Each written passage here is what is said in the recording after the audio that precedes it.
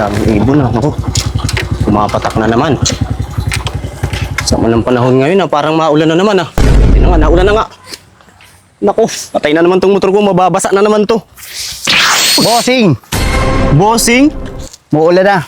Kailangan mo to. Oo nga, muulan Alam na mo nga. ang problemado ka eh. Teka, Kabit mo dyan sa motor mo bago mabasa yan. Alam mo, ang maganda dyan, double layer na yan. Triple layer pa. triple layer. Oo, hindi na maano yung ano ng motor mo dito. Kabit mo na, umuulan na. Oo nga, oo nga. Yan. Ang kagandahan dito, sa init, pwede to. Dito matutunaw yung kulay ng motor mo. Yan. O, dayan mo na. Huwag ka na magtaka kung saan ako galing. Ha? Yan. Kabit mo na yan.